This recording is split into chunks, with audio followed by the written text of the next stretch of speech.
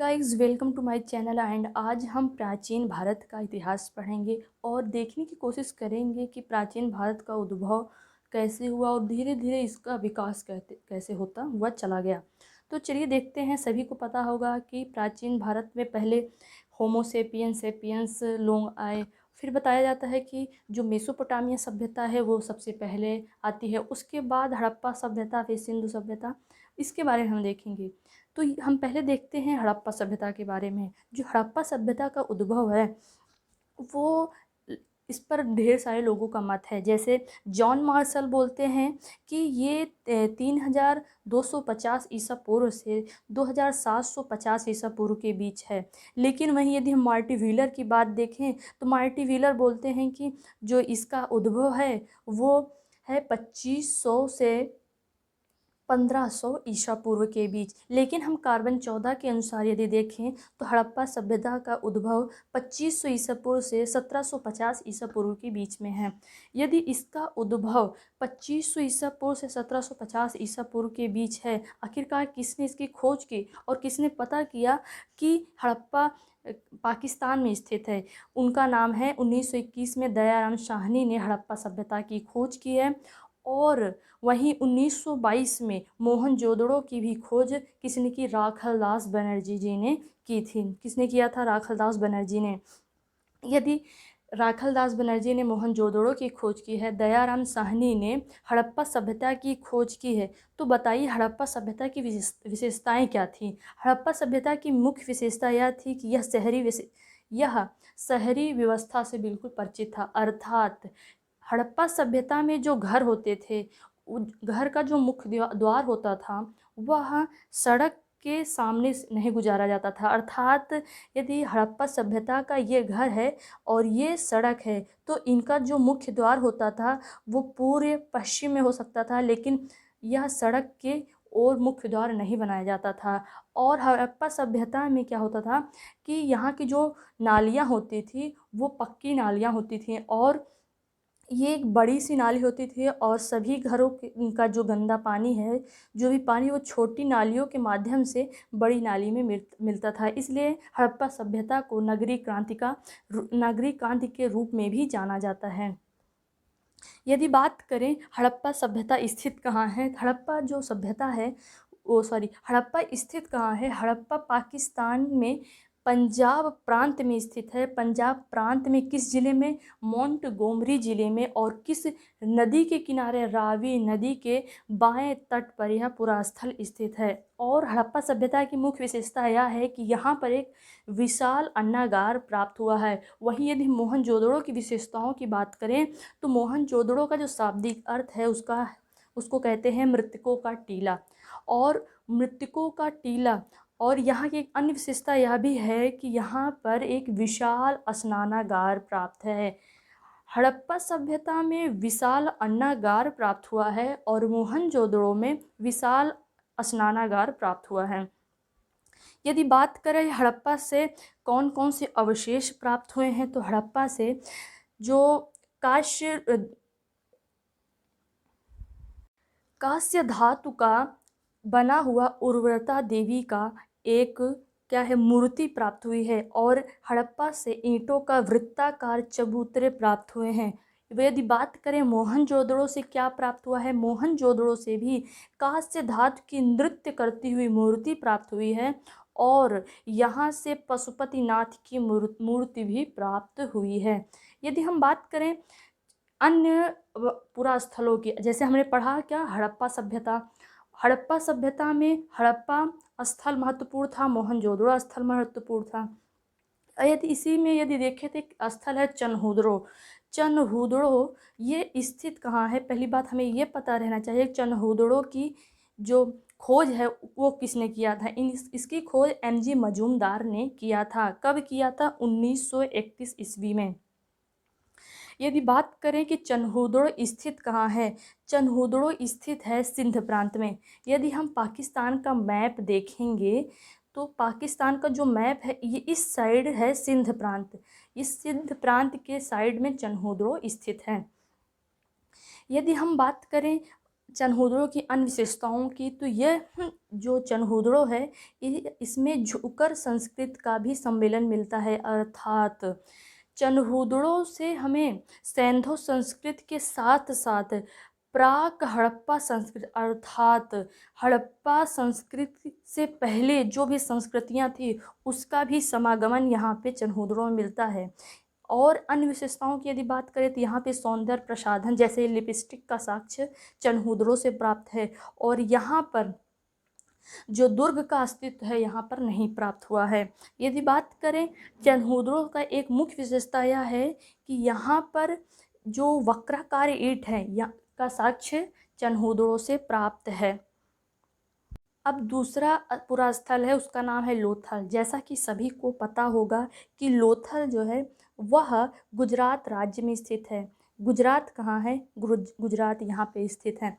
गुजरात के अहमदाबाद ज़िले में लोथल भोगवा नदी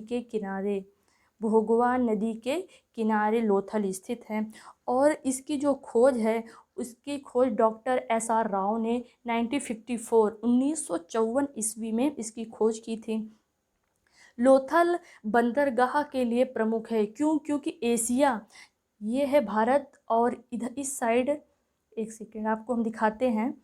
यदि ये भारत है और इस तरफ जैसे अफ़गानिस्तान हुआ, ईरान है, इराक है, उसके बाद ये देखें टर्की, यहाँ का जो व्यापार होता था वो कहाँ? भारत में लोथल बंदरगाह के माध्यम से ही होता था। अर्थात एशिया का कोई भी सामान कहाँ आता था? गुजरात के लोथल बंदरगाह पर ही आता था।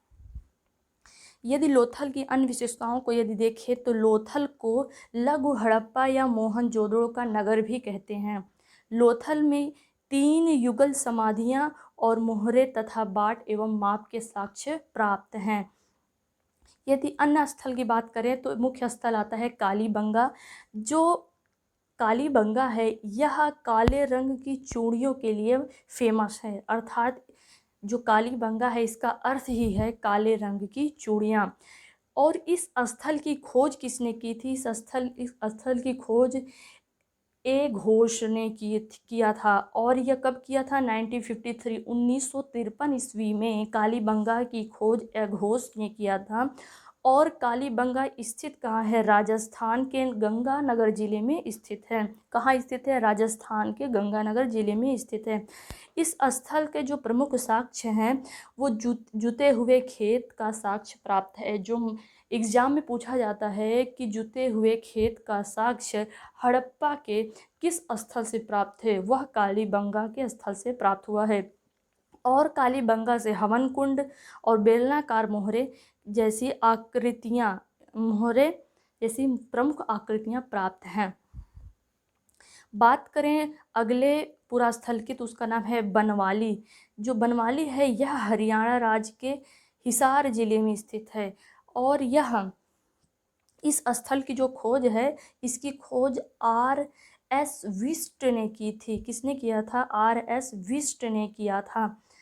और इस बनवाली की विशेषता यह है कि यहाँ पर जो कुछ भी प्राप्त हुआ है वह पूर्णतः सही नहीं है। अर्थात यहाँ पर नालियाँ यदि देखा जाए तो यहाँ की नालियाँ हड़प्पा जो हमने देखा कि वहाँ पे पक्की नालियाँ थी, लेकिन बनवाली में पक्की नालियाँ नहीं थी। यहाँ पे सारी चीज़ें खराब दिखाई देती हैं। जैसे जल निकास प्रणाली का अभाव था। हमने हड़प्पा में देखा जल निकास प्रणाली के लिए एक बड़ी नाली होती थी और एक ढेर सारी छोटी नालियों से कनेक्ट होता था।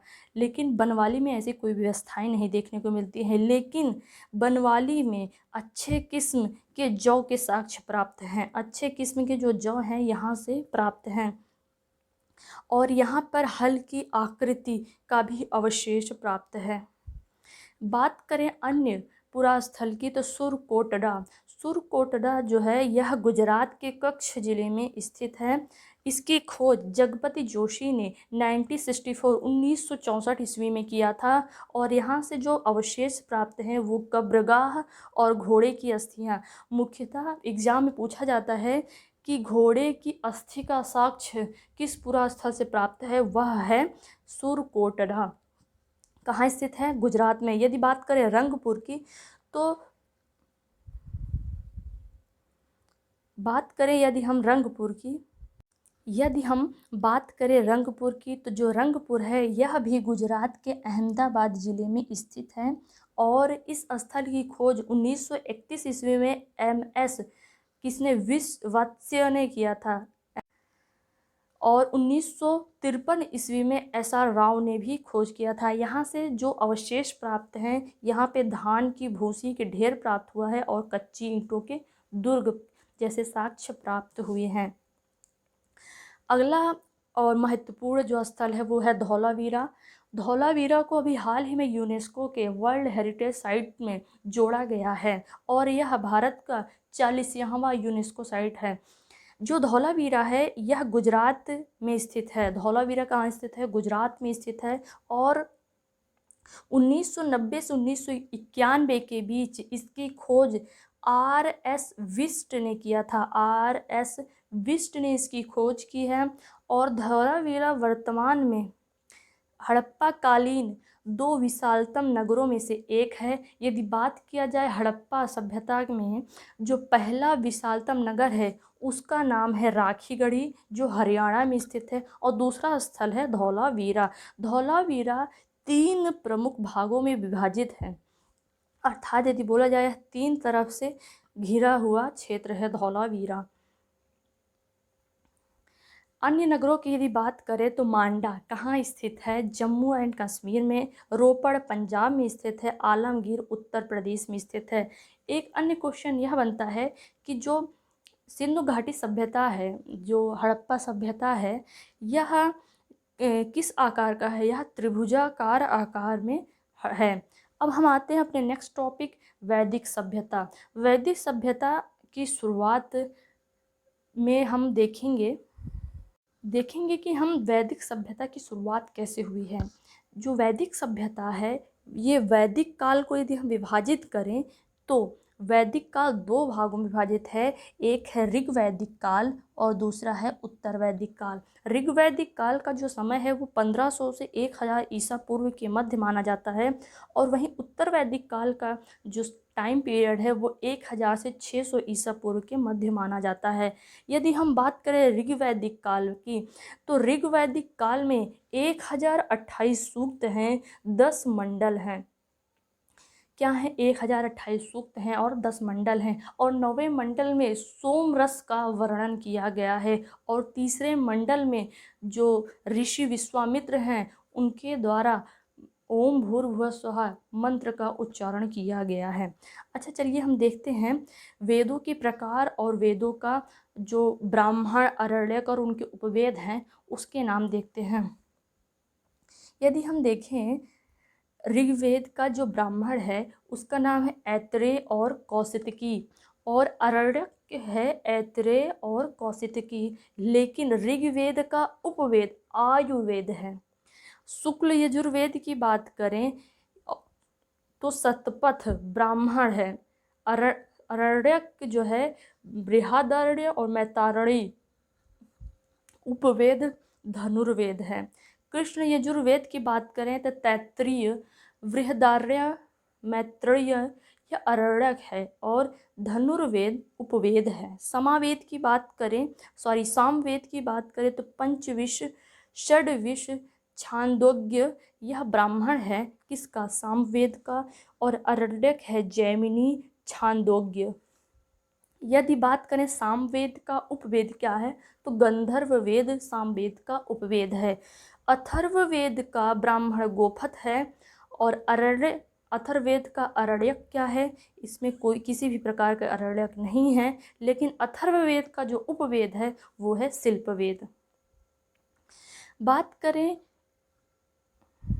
जो वेद है हमारे ऋग्वेद, सामवेद, यजुर्वेद और अथर्ववेद, इन चारों वेदों को जो गाता है, जो प्रवचन करता है, जो इसको कहता है उसको क्या बोलते हैं? यदि हम बात करें ऋग्वेद को जो कहता है उसको होता बोलते हैं या होत्री बोलते हैं। यदि यजुर्वेद की बात करें, यजुर्वेद के जो अध्ययन करता है उनको अधर्व्यु बोलते हैं। सामवेद को उद्गात्री बोलते हैं या उद्गाता बोलते हैं। और अथर्ववेद को जो पढ़ता है या जो कर्मकांड करते हैं उन्हें हम ब्रह्म बोलते हैं। आपके दिमाग में क्वेश्चन यह जरूर होगा कि ऋग्वेद में हम किसका अध्ययन करते हैं और यजुर्वेद में, सामवेद और अथर्ववेद में किसका अध्ययन करते हैं। ऋग्वेद में हम स्रोत या प्रार्थना या स्रोत का अध्ययन हम ऋग्वेद में करते हैं। और यजुर्वेद की बात करें तो इसमें हम कर्मकांड जैसे संबंधित जो भी प्रक्रियाएं हैं, स्रोत एवं कर्मकांड हमें किसमें करते हैं, यजुर्वेद में। यदि बात करें सामवेद की तो सामवेद में हम संगीतमय स्रोत का वर्णन हुआ है सामवेद में।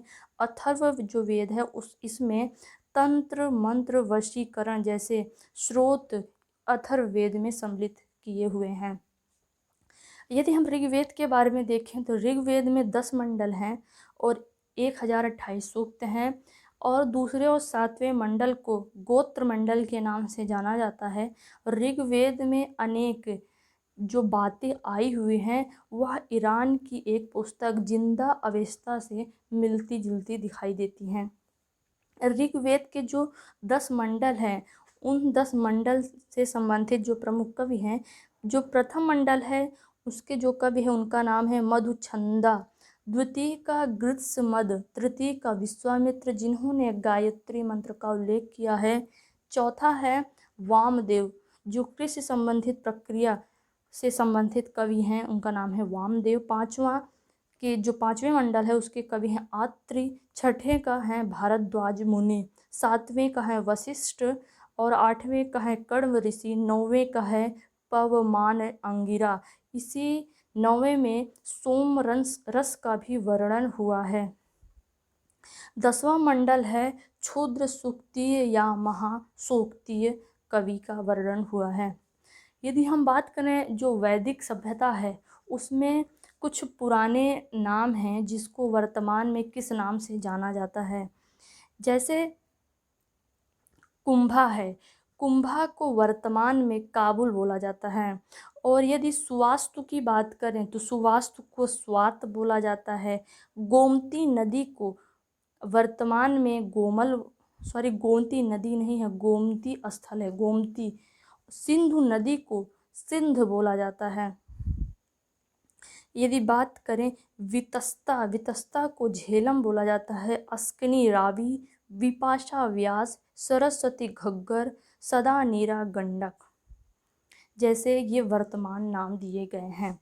बात करें ऋग्वैदिक की प्रशासनिक इकाई क्या है। ऋग्वैदिक की जो प्रशासनिक इकाई है वो कुल है। इस कुल को छोटी इकाई बोला जाता है और जन को सबसे बड़ी इकाई बोला जाता है। ऋग्वैदिक काल का सबसे जो छोटी इकाई है वो कुल है और सबसे बड़ी इकाई क्या है, जन है। बात करें उत्तर वैदिक काल और ऋग वैदिक काल में अंतर क्या है, तो उत्तर वैदिक काल और ऋग वैदिक काल में अंतर यही है कि जो उत्तर वैदिक काल है, पहले हम ऋग वैदिक काल, ये ऋग वैदिक काल है और ये उत्तर वैदिक काल है। उत्तर वैदिक काल में क्या हुआ कि यहाँ पर धीरे लौह का आविष्कार हो चुका था। लौह का आविष्कार होने के कारण लोग कृषि करने लगे थे। जब लोग कृषि करने लगे थे तो उनके पास अनाज की जो प्राप्ति हुई वो अधिक होने लगी।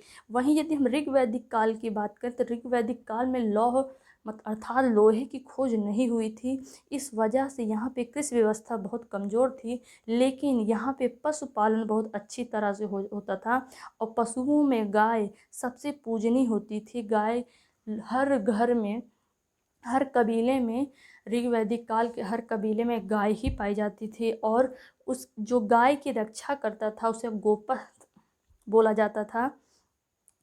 और लेकिन यदि उत्तर वैदिक काल की बात करें तो यहाँ पे कृषि व्यवस्था अधिक होने के कारण यहाँ पर लोहे के आविष्कार हुआ। लोहे के आविष्कार से कृषि व्यवस्था अच्छी हुई। कृषि व्यवस्था अच्छी होने के कारण लोग दूसरे की ज़मीन को हड़पने लगे और यह धीरे धीरे जो एक कबीला था, यह कबीला धीरे धीरे एक जन के रूप में परिवर्तित हो गया। यही है उत्तर वैदिक काल की विशेषताएं। अब हम बात करें जैन धर्म की। जैन धर्म की प्रमुख विशेषताएं क्या हैं? जैन धर्म के प्रमुख व्यक्तियों के नाम भी हम देखेंगे। जैन धर्म की स्थापना के बारे में यदि देखें तो जैन धर्म की जो स्थापना है, सबसे पहले जैन तीर्थंकर ऋषभ देव माने जाते हैं, और जैन धर्म के 23वें तीर्थंकर पार्श्वनाथ हैं।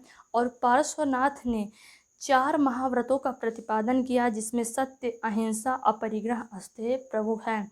लेकिन जब 24वें तीर्थंकर भगवान महावीर आते हैं, तो उन्होंने एक 5वां महाव्रत का प्रतिपादन किया, जिसका नाम है ब्रह्मचर्य। यदि बात करें भगवान महावीर के बारे में, तो भगवान महावीर का जो जन्म है वो 540 ईसा पूर्व वैशाली के निकट कुंडग्राम में हुआ था। इनके बचपन का नाम था वर्धमान। इनके पिता का नाम था सिद्धार्थ और माता का नाम था त्रिशला, और इनकी पत्नी का नाम था यशोदा, और इनकी पुत्री का नाम था प्रियदर्शना। और प्रियदर्शना ही महावीर प्रसाद की पहली शिष्या थी। और यदि हम बात करें महावीर प्रसाद को भगवान महावीर को ज्ञान की प्राप्ति कहाँ हुई? ऋजुपालिका नदी के तट पर साल वृक्ष के नीचे इनको ज्ञान की प्राप्ति हुई है। और इनका प्रथम उपदेश राजगृह में विपुलचल पहाड़ी पर इन्होंने अपना प्रथम उपदेश दिया था, और इनकी मृत्यु 468 ईस्वी में हो जाती है।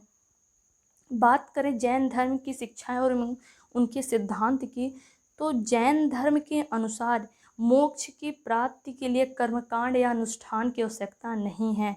और जैन धर्म यह भी कहता है कि मूर्ति पूजा आवश्यक नहीं है। और दूसरे सिद्धांत है कि जैन धर्म में 3 रत्नों का वर्णन हुआ है: सम्यक ज्ञान, सम्यक आचरण, सम्यक ध्यान होगा यहाँ पे। सम्यक ज्ञान, सम्यक ध्यान और सम्यक आचरण, इनके 3 रत्न हैं। किसके? जैन धर्म के 3 रत्नों की बात करें तो सम्यक ज्ञान, सम्यक ध्यान और सम्यक आचरण। यदि बात करें ज्ञान के 3 स्रोत क्या हैं, तो प्रत्यक्ष, अनुमान और तीर्थंकरों के वचन जैन धर्म के 3 स्रोत हैं। यदि बात करें जैन धर्म में देवताओं को अस्तित्व को स्वीकार नहीं किया गया है, देवताओं का अस्तित्व स्वीकार किया गया है, लेकिन इनका जो स्थान है वो ऊंचा नहीं रखा गया, अर्थात निम्न रखा गया है। और सृष्टिकर्ता के रूप में ईश्वर को स्वीकार नहीं किया गया है। जैन धर्म में वर्ण व्यवस्था की निंदा की गई है, अर्थात वर्ण व्यवस्था जैसे ब्राह्मण, क्षत्रिय, वैश्य, शूद्र, ये वर्ण व्यवस्थाओं की निंदा जैन धर्म में किया गया है। जैन धर्म पुनर्जन्म तथा कर्मवाद में विश्वास नहीं करता, अर्थात जन्म के बाद मृत्यु होगी, यह जैन धर्म विश्वास नहीं करता। आपके कर्म के अनुसार ही, आप जैसे कर्म करते हैं आप उसी अनुसार जन्म होगा, यह जैन धर्म विश्वास नहीं करता। जैन धर्म में संलेखना पद्धति के अनुसार आत्महत्या का विधान है, अर्थात यदि कोई अर्थात जैन धर्म में कोई व्यक्ति मृत्यु के पास जाना चाहता है तो उसे संलेखना पद्धति के अनुसार, अर्थात उसे बिना कुछ खाए पिए आत्महत्या करनी पड़ती है। इसे हम संलेखना पद्धति कहते हैं। और जो चंद्रगुप्त मौर्य हैं, यह श्रवणबेलगोला अर्थात उड़ीसा में जाकर इसी पद्धति के अनुसार इन्होंने अपना प्राण त्यागा था। जैन जो धर्म है, ये जो जैन धर्म है, इसमें 2 संगीतनी हुई है, अर्थात 2 जैन सभाएं हुई हैं। पहला जो जैन सभा है, इसका आयोजन 300 ईसा पूर्व में हुआ, और इसका किसके शासनकाल में? चंद्रगुप्त मौर्य के शासनकाल में। स्थान क्या है? पाटलिपुत्र। अध्यक्ष कौन थे? स्थूलभद्र। स्थूलभद्र कौन था? ये अध्यक्ष थे। और बात करें हम द्वितीय जैन सभा की, तो द्वितीय जैन सभा का आयोजन 512 ईस्वी में हुआ था। कहाँ पे हुआ था? वल्लभी में द्वितीय जैन संगीतनी का आयोजन हुआ था। अध्यक्ष कौन थे? देवर्षि श्रमासमण की अध्यक्षता में हुआ था। बात करें अब हम जैन धर्म के प्रमुख ग्रंथों की, तो जैन धर्म का जो प्रमुख ग्रंथ है, यदि हम महावीर स्वामी की शिक्षाओं को संग्रहित जिसमें किया गया है, वह है नायाधम्मकहा। नायाधम्मकहा ग्रंथ में महावीर स्वामी की शिक्षाओं को संग्रहित किया गया है। कल्प सूत्र का अध्ययन, जो कल्प सूत्र है, इसका जो कवि है उनका नाम है भद्रबाहु। यदि बात करें परिशिष्ट प्रवन के जो रचयिता है उनका नाम है हेमचंद्र, जिन्होंने प्राकृतिक अपभ्रंश भाषा में इसकी रचना की है। भगवती सूत्र का उल्लेख 16 महाजनपद एवं जैन तीर्थंकरों के बारे में लिखा गया है। अनुयोग द्वार और नंदी सूत्र जैनियों का विश्वकोश है। अब हम देखते हैं बौद्ध धर्म। बौद्ध धर्म के यदि बारे में देखें तो बौद्ध धर्म में प्रमुख कौन थे? महात्मा बुद्ध। महात्मा बुद्ध का जो जन्म हुआ है वह 563 ईसा पूर्व लुम्बिनी नेपाल में, कपिलवस्तु के निकट नेपाल की तराई क्षेत्र में इनका जन्म हुआ है। महात्मा बुद्ध के बचपन का नाम सिद्धार्थ है और इनके पिता का नाम सुद्धोधन है, माता का नाम माया देवी, तथा इनका जो पालन पोषण किया है इनकी मौसी महाप्रजापति। क्वेश्चन ये बनता है कि माया देवी किस गणराज्य की कन्या थी? कोकिल गणराज्य की कन्या थी। और इनके जो पिता थे वो शाक्य गण के प्रधान थे। इनकी पत्नी यशोधरा जो शाक्य कुल की कन्या थी। ज्ञान प्राप्ति के बाद जब महात्मा बुद्ध 29 वर्ष की अवस्था में गृह को त्याग कर कहाँ चले गए? ज्ञान की प्राप्ति के लिए निकल पड़े। तब एक दिन बोध गया में पीपल वृक्ष के नीचे वैशाख पूर्णिमा के दिन निरंजना नदी के तट पर इन्हें ज्ञान की प्राप्ति हुई और इन्होंने अपना पहला उपदेश सारनाथ में, अर्थात उत्तर प्रदेश के सारनाथ के मृगदाव पार्क में इन्होंने क्या दिया? अपना पहला उपदेश दिया है। और इनकी मृत्यु 483 ईसा पूर्व में कुशीनगर गोरखपुर में हुई थी। महात्मा बुद्ध से संबंधित प्रश्नों की बात करें तो 29 वर्ष की अवस्था में इन्होंने गृह त्याग दिया, जिसे महाभिनिष्क्रमण कहते हैं। और इनके जो प्रथम गुरु थे इनका नाम है अलार कलाम। और बोध गया में ही जब महात्मा बुद्ध को ज्ञान की प्राप्ति हुई तो इन्होंने अपना जो प्रथम अनुयायी, बौद्ध धर्म के प्रथम अनुयायी थे, उनका नाम है तपस्सु और कालिक नामक 2 शूद्र इनके पास आए और इन्होंने अपनी ज्ञान की प्राप्ति इनको दी। इसकी वजह से इनके 2 पहले अनुयायी कौन थे? तपस्सु और कालिक। महात्मा बुद्ध ने अपना पहला उपदेश सारनाथ में मृतदाव में 5 शिष्यों को उपदेश दिया, जिसको धर्म चक्र प्रवर्तन कहते हैं। महात्मा बुद्ध ने जब ज्ञान की प्राप्ति हुई उसे निर्वाण कहते हैं। और महात्मा बुद्ध के जो प्रमुख शिष्य थे उनका नाम है उपाली और आनंद। और बौद्ध संघ के जो पहले अध्यक्ष थे उनका भी नाम है आनंद। सारनाथ में ही बौद्ध संघ की स्थापना की गई थी। महात्मा बुद्ध ने अपने जीवन के अंतिम पड़ाव में हिरण्यवती नदी तट पर स्थित कुशीनगर में इन्होंने अपने देह को त्याग दिया। और बौद्ध धर्म में इस जो घटना हुई है इस घटना को महापरिनिर्वाण कहते हैं। भगवान बुद्ध से संबंधित जो घटनाएं और प्रतीक हैं, बात करें जब भगवान बुद्ध का जन्म हुआ उसे हम कमल से प्रतीक करते हैं। जब इन्होंने 29 वर्ष की अवस्था में घर को त्याग दिया उसे घोड़े की अवस्था में प्रदर्शित किया जाता है। जब इन्हें निर्वाण की प्राप्ति अर्थात ज्ञान की प्राप्ति हुई इसे पीपल से प्रदर्शित करते हैं। जब इनकी मृत्यु हुई तो उसे स्तूप से निर्मित करते हैं। बौद्ध संगीतियों की बात करें तो कुल टोटल 4 बौद्ध संगीतियाँ हुई थी। जो प्रथम बौद्ध संगीतनी हुई है इसके जो अध्यक्ष थे महाकश्यप थे। और किसके शासनकाल में? अजातशत्रु के शासनकाल में। आज़ाद जो शत्रु हैं या मगध में जो हर्यक वंश था, हर्यक वंश के ये क्या हैं, शासक हैं। 483 ईस्वी में सप्तपर्णी अर्थात राजगृह में पहली बौद्ध संगीतनी हुई। इसके जो प्रथम बौद्ध संगीतनी हुई, इसमें कौन सा कार्य हुआ, इसमें जो बौद्ध धर्म के जो त्रिपिटक थे, उस त्रिपिटक में जो सुत्त पिटक और विनय पिटक था, इसको अलग अलग संकलित किया गया। द्वितीय जो बौद्ध संस्कृति थी वह वैशाली में हुआ था। किसके शासनकाल में, कालाशोक। जो कालाशोक है, काक वर्ण के होने के कारण से कालाशोक कहते हैं, और यह शिशुनाग वंश का शासक है। और 383 ईस्वी में द्वितीय बौद्ध संगीतनी हुई थी। द्वितीय बौद्ध संगीतनी में कार्य क्या हुआ था, इसमें जो बौद्ध संघ के भिक्षु थे उनमें मतभेद होने के कारण यह दो भागों में विभक्त हो गए। एक का नाम था अस्थावीर और दूसरे का नाम था महासंघिक। दो भागों में विभाजित हो गए, किसके कारण, बौद्ध संघ में भिक्षुओं में मतभेद होने के कारण। तृतीय बौद्ध संगीत में पाटलिपुत्र में होता है अशोक के काल में। और जो ये यहाँ के जो अध्यक्ष थे उनका नाम है मोगलीपुत्र तिस्य, और इनका कार्य था, इसमें जो तीसरा संगीत बौद्ध संगीत हुई थी उसमें जो कार्य हुआ था वो अभिधम पिटक का संकलन हुआ था। अभिधम पिटक, अभी हम आपको तीनों पिटक के बारे में बताएंगे, इसलिए आप बिल्कुल पेशेंस रखिए। चतुर्थ यदि संगीत की बात करें तो स्थान था कुंडलवन। कुंडलवन कहाँ है, कश्मीर में स्थित है। समय 72 ईस्वी में। शासनकाल किसका था, वसुमित्र का, और अध्यक्ष भी वसुमित्र ही थे।